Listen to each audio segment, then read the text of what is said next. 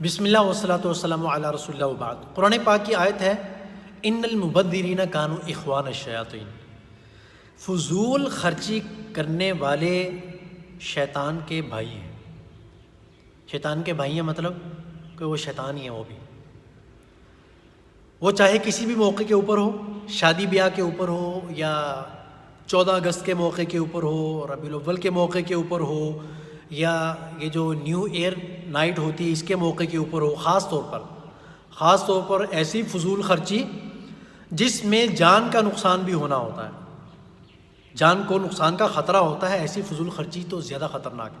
قرآن پاک میں آیت ہے وَلَا تُلْقُوا بِأَيْدِيكُمْ إِلَى التَّهْلُكَةِ، کہ اپنے آپ کو خود ہلاکت میں مت ڈالو۔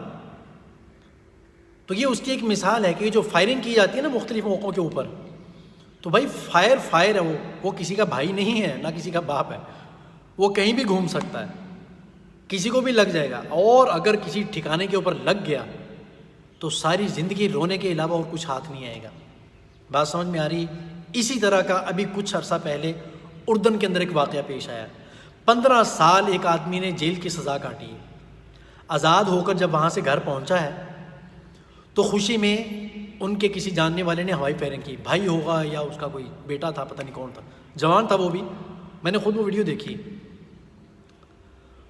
تو جب وہ ہوائی فائرنگ کر رہا تھا وہ آدمی گاڑی سے نکلا، سامان اس کے ہاتھ میں تھا جو جیل کاٹ کر آیا ہے، اور خوشی میں اس نے، یا جیسے ایک آدمی کو ہوتی نا کہ مطلب وہ آدمی جذبات میں ہوتا ہے، بیگ ایسے پھینکا اور بازو تھوڑے سے اکڑاتا ہوا، تھوڑا سا جسم کو سیٹ کرتا ہوا ذرا آگے چلا، تو وہ جو ساتھ فائرنگ کرنے والا ہے اس کی آنے کی خوشی میں وہ ساتھ ہے اس کے، تو وہ فائرنگ کر رہا ہے، ہوائی فائرنگ۔ اب ایسے لگ رہا ہوتا ہے جیسے پتہ نہیں باقاعدہ یہ اس کو مارنے کے لیے جا رہا ہے۔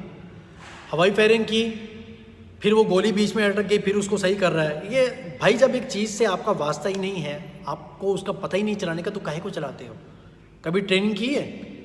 ٹریننگ کرو جہاں جا کر ٹریننگ کرواتے ہیں اسلحے کی، اور تھوڑا سا بیریئر کبھی کسی بندے کی طرف ہو گیا یا اپنی طرف ہو گیا، گن کو صاف کرتے ہوئے صحیح کرتے، ایک ایسی چماٹ آئے گی نا کہ 14 طبق روشن ہو جائیں گے کہ تمہیں یہی تمیز نہیں کہ اس گن کا رخ کس طرف کرنا ہے۔ جب نہیں چلانی آتی تم کاہے کے لیے ہاتھوں میں پکڑتے ہو اس کو؟ ایک چیز سے آپ کا واسطہ ہی نہیں ہے، اس کو کس لیے استعمال کرتے ہو؟ اگر استعمال کرنی ہے تو کسی باہر جگہ جا کر استعمال کریں آپ۔ اب وہ گولی اٹک گئی، پھر اس نے نکالی، اب وہ آدمی جو رہا ہوا ہے وہ آگے جا رہا ہے۔ بھائی فائرنگ کرنی تم وہاں کھڑے ہو کے فائرنگ کر لو نا، اس کے پیچھے کیوں جا رہے ہو؟ بس وہ اس کی لکھی ہوئی تھی، اس کی موت کا ٹائم یہی لکھا ہوا تھا۔ جیسے وہ کرتے کرتے گھر کے دروازے کے بالکل قریب پہنچا ہے، اس نے ایسے بولٹ مارا تو گولی چل گئی، اور جیسے ہی گولی لگی اسے وہیں ڈھیر ہو گیا۔ 15 سال جیل کاٹ کر آج رہا ہو کر آیا ہے، اور اس کو ویسی زندگی سے ہی آزاد کر دیا۔ وہ جیل سے رہا کو رہا، اس نے زندگی سے ہی آزاد کر دیا۔ تو بھائی میرے خیال میں وہیں رہ لیتا، جیل میں ہی رہ لیتا، اور تھوڑا سا کم از کم زندہ تو تھا نا، سانس تو لے رہا تھا۔ اب مسئلہ تھوڑا سا میرے ساتھ یہ ہے کہ میرے پاس کوئی ایسا باقاعدہ سیٹ اپ نہیں ہے، ایک تو وقت بھی اتنا نہیں ہوتا، ورنہ میں آپ لوگوں کو اس طرح کی بہت ساری چیزیں باقاعدہ ویڈیو میں دکھا سکتا ہوں پروف کے طور پر۔ ویڈیو ایڈیٹنگ کا کوئی میرے پاس باقاعدہ سسٹم نہیں ہے ایسا، میں بس جو میرے ذہن میں بات آتی، زبان میں آتی، وہ کہہ دیتا ہوں، خود ہی تھوڑا سا کر کے لوگوں تک پہنچانے کی کوشش کرتا ہوں کہ آسانی ہو جائے۔ نہ میرا کوئی آفس ہے، نہ میرے پاس ایسا سیٹ اپ ہے، نہ کوئی ویڈیو ایڈیٹنگ کے بڑے کچھ نہیں ہے، بس ایک سادی سی بات جو میرے دل میں آتی میں آپ لوگوں تک پہنچانے کی کوشش کرتا ہوں۔ خدا کے لیے تھوڑا سا ان چیزوں سے بچیں، کیا فائدہ؟ 2 گولیاں چلاتے ہو، اس کے اوپر پیسے بھی ضائع ہوتے ہیں، اور اگر وہ گولی غلط کہیں نکل گئی کسی کی جان بھی ضائع ہوگی، پھر ساری زندگی ہاتھ پہ ہاتھ دھرے بیٹھے رہیں گے۔ اب وہ افسوس کر رہے ہیں نا کہ کاش کہ ہم فائرنگ نہ کرتے، کیا فائدہ ہوا؟ گولی چلائی ہیں، کیا ملا؟ کیا اس سے بندہ ہاتھ سے چلا گیا نا، اور کیا ملا؟ تو بھائی ان چیزوں سے بچنے کی کوشش کریں، جہاں اسلام جن چیزوں سے منع کرتا ہے آپ کی خیر خواہی کے لیے منع کرتا ہے، تو بچنے کی کوشش کیا کریں۔ بات سمجھتے ہیں بھائی؟